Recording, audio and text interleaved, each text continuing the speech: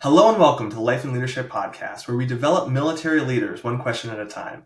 I'm your host, Chris Fortier, and we're continuing our conversation with Chief Tammie Gaudu, who's sharing her experience from over 30 years in the Air Force and the Space Force. Chief, thank you for making time to come back. Thank you. It's good to be here. So I already asked you a bunch of questions in the last episode. This is really just an opportunity for you to tell stories, right? I believe in the first episode you talked through, right, the the challenges of being a chief master sergeant select, but having to go back and do right like junior enlisted down in the trenches type of work. Right, that's not a unique experience for right young officers who could be leaders in one assignment and then having to humble themselves and take on a very different role in a different unit or a different assignment. Um, so if you could talk through that, or just really, Chief, just any story, anything, any experience you've picked up over all of your years of service that you think have a moral or a takeaway that would benefit young officers. I want to turn it over to you. Awesome.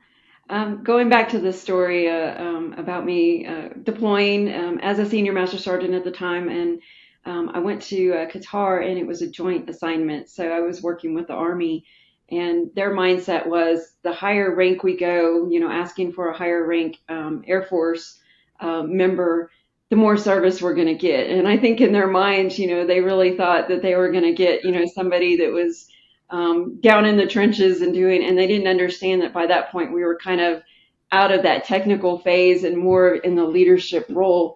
And so off I went. I was happy to do it. I thought, great experience to go do this joint mission.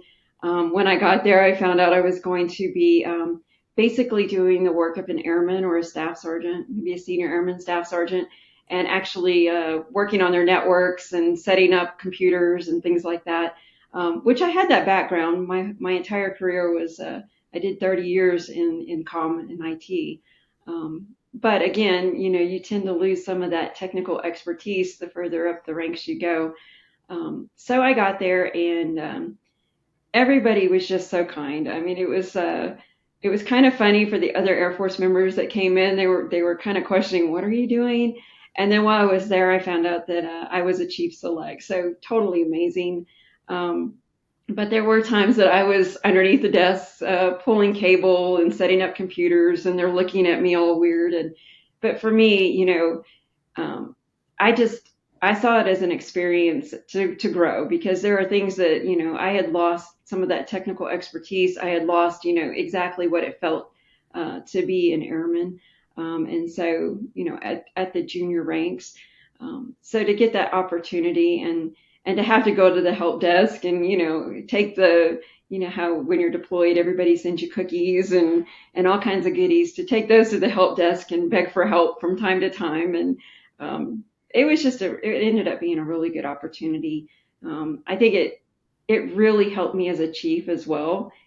Everything kind of happens for a reason, and so as I put on that chief stripe, to have that perspective of going back in time and being that person that's dealing with the customers and just being more technical. It actually was fun, and it gave me a great perspective on how they see things. Reminded me. So great opportunity. So, Chief, one of the other big takeaways from the question and answer episode was about right the focus on people. That's very clearly something you're passionate about. Is there a story behind that? Oh, absolutely. Um, I joined, like I said, in 1993. I came in as an airman basic, and I've held every rank. My first duty assignment, I got there, and probably the first few months in, my daughter got sick and ended up in the hospital. It was a very hard time. For one, I was brand new into the military, so not sure what to do, but always wanted to follow the rules. I went to my immediate supervisor and let him know exactly what was going on, and his response to me was, "Take care of your family. We've got you. We've got the mission. You go take care of your family." And so that was truly amazing. I went without a worry. Um, where I kind of hit a brick wall was when I got back. I had a senior NCO pull me to the side and basically read me the riot act and told me that that is not the way the military works, and I should not have been at the hospital with my daughter. And it was just something that just really stuck with me, and it just, it hit me hard. Because for one, you don't have the support system. All my family was in Arkansas, and at the time, I'm at a duty station far away from them, and so the military was my family. That was the support system I needed, and so he kind of took that away from me a little bit, and so it took a bit to overcome that. Luckily, my supervisor was a great supervisor, and he was not afraid to stand up and say, no, this is the way it should be. Um, that may have been one bad experience, but I've had several great experiences. In 2013, I lost my father very tragically. The tornadoes that hit Alabama, which was very unexpected. I lost my dad, and I had an amazing first sergeant, and he took care of everything. He made sure that I was where I needed to be with my family. And then when I came back, he pulled me into his office and he just gave me great advice.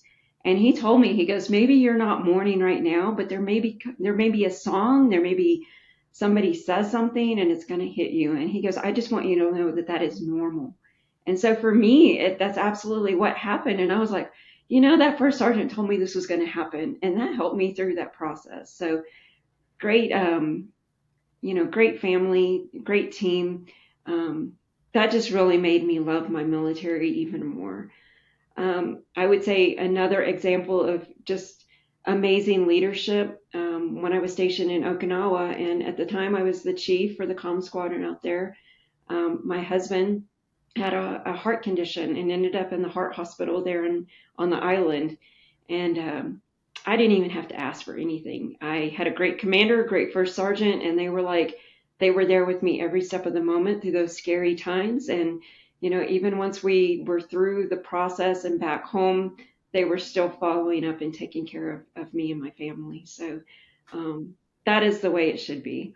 I think we have to remember that perspective that people do not have their family support with them, that we are it. And so, very important to take care of your people and to really engage and understand what's going on in their lives.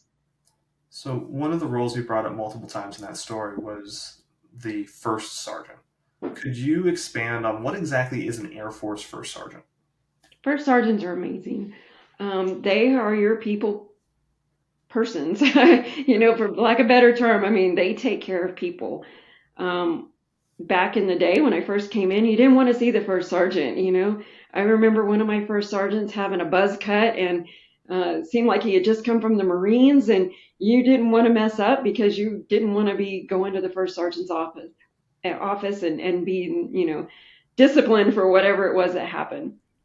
Today, the first sergeant role has really taken the opposite approach of caring for people. They are still a disciplinarian. They're right there with the commander, helping them through any legal things that need to happen, but also just the care and feeding of our airmen and guardians. Um, I smile when I see a first sergeant. The first sergeants that I worked with that were part of my command team, they were like brothers to me, and we will have lifelong relationships for sure. I've seen them, they work hard. They're on 24/7 because people's problems don't end at the end of the duty day. It's all the time. And so, especially those overseas assignments, they are very much needed. They're overworked. So if you see a first sergeant, please thank them for what they do, because it does not go unnoticed. And you never know when you might need a first sergeant to step in and help you. And we talked about those caring agencies in the last episode. Your first sergeants are a great stop for that. They've got all the training on the Red Cross, mental health, financial services, anything you need. Just go talk to your first sergeant. I was like, that is perfect advice. When in doubt about people, talk to your shirt. Absolutely. Well, thank you, Chief. Was there another story you wanted to tell? Again, the floor is yours. One thing that's been weighing on my mind lately is just over my 30-year service. And this isn't really a story, but maybe a bit of advice. Please. Just remember going from, one duty station to the next and always preparing for whatever transition was happening because, especially with officers, you're most likely moving every 2 years. With your enlisted, it's a little bit more stable. You can plan on moving every 3 to 4 years.